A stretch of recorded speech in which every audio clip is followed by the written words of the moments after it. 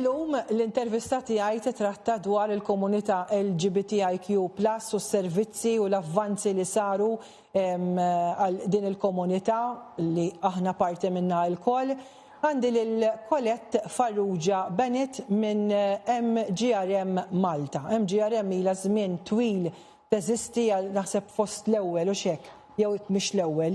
L-ewwel waħda li għadha teżisti ħanajdu hekk. L-ewwel NGO li kienet hemm fi żmien ibes ħafna meta qabel kienet qisha iżak tibżatajt li inti parti mill-komunità. Imma llum mal-grazzja t'Alla Malta mxiet ħafna l qudiem.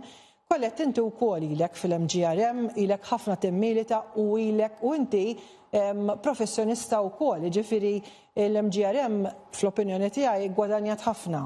Għaliex inti gradwata u għandek fuq Social work u family therapy. Social work naf li wkoll terapista tal-familja.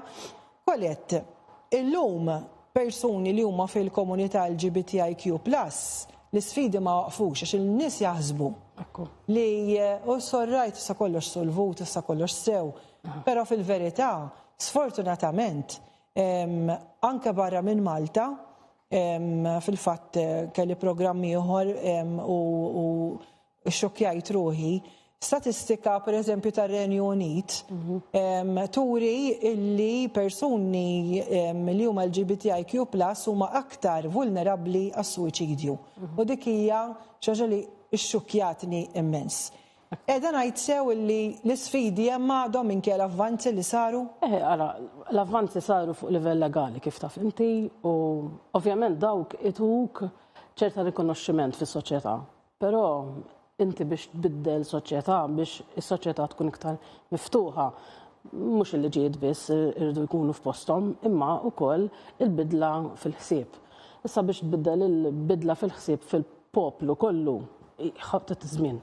Bħalma nafu fuq ħafna issues oħrajn, tajjeb, ġifieri dak li fl-80s, fil-70s ma kienx okej. Illum il-ġurnata jien naf pereżempju tqala barra żwieġ kienet tkun xi ħaġa ta' barra minn hawn dak iż-żminijiet. Illum il-ġurnata m'għandniex neħduha bl-istess mod.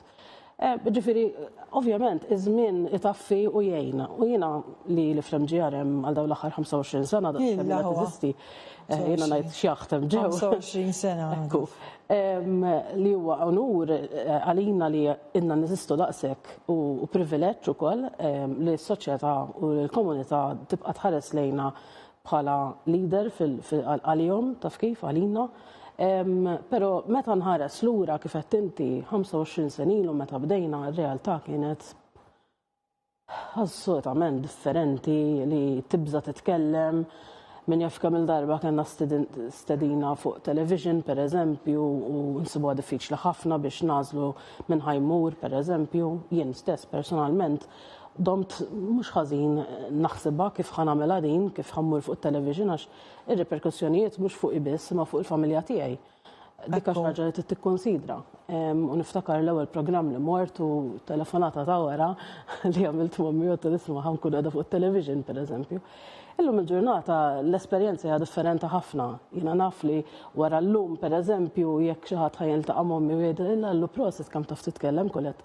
Il-mommi tiegħi tuħ gost li tisma' dan it-tip ta' feedback u bħali ovvjament hemm ħafna nies oħrajn li jagħmlu dan ix-xogħol.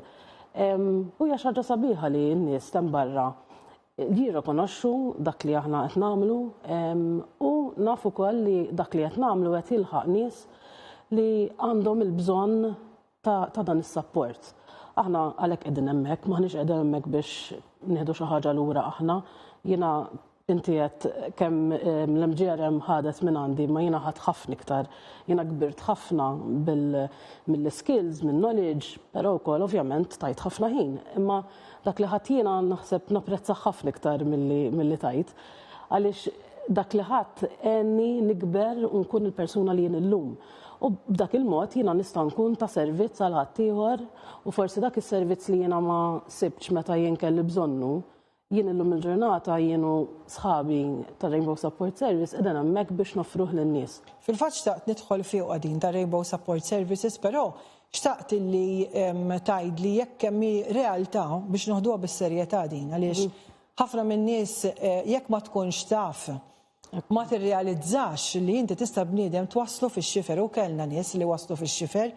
Aħna sfortunatament jew fortunatament għas għandi opinjoni għaliex m'iniex ċerta fuqha, imma aħna ma nirrapportawx suwiċidi sewwa, imma jekk kemm għadha realtà li anki f'Malta persuni li huma fiħdan il-komunità huma aktar vulnerabbli jew suscettibbli għal sfidi kbar ta' saħħa mentali?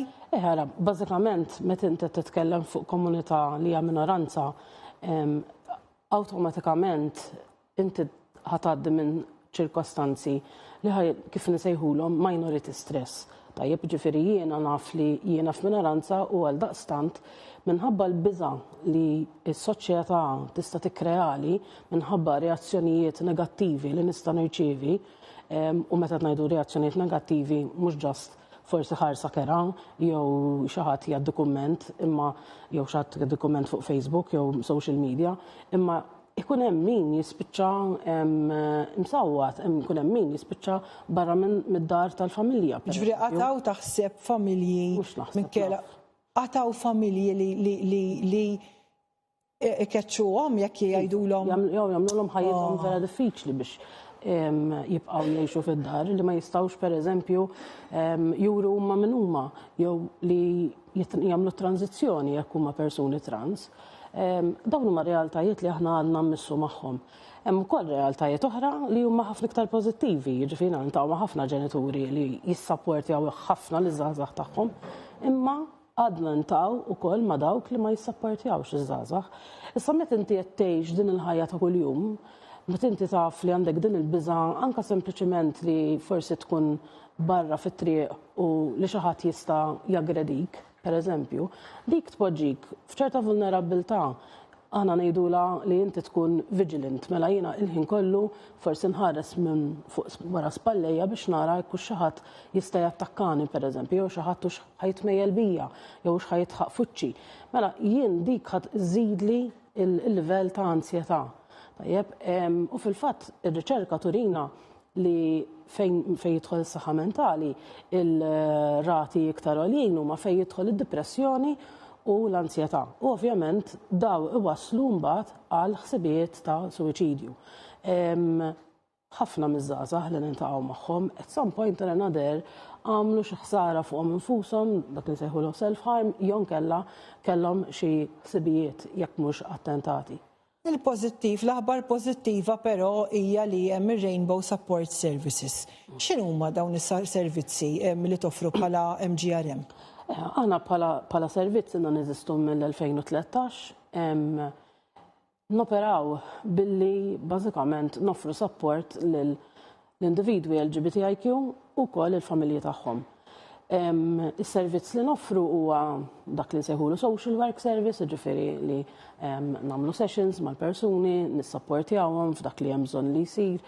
Imbagħad għandna wkoll a number of therapists bħal jiena naħdem ma' ħafna mill-familji. U intom da servizz bl-aħlas toffruh? Iva, dan is-servizz huwa bl-aħlas għaliex huwa supported mill-gvern kurrenti, għandna dak li sejħulu Public Social Partnership mal-gvern, u dan jgħinna nwasslu dan is-servizz għand kulħadd b'xejn. Meta ovvjament hemm ħafna terapisti hemm barra li jaħdmu fil-privat, ovvjament imma wieħed ikun irtiħallas. Ovvjament ukoll hemm servizzi oħrajn li huma tal-gvern li wkoll joffru servizzi simili tagħna jew servizzi ġenerali, ġeneriċi taf kif, imma aħna speċjalizzati ħafna f'din l-erja biss. Ġifieri aħna ma naħdmux ma' persuni li għandhom problema ta' droga, mhux l-erja tagħna. L-ispeċjalizzazzjoni tagħna hija l-komunità tagħna.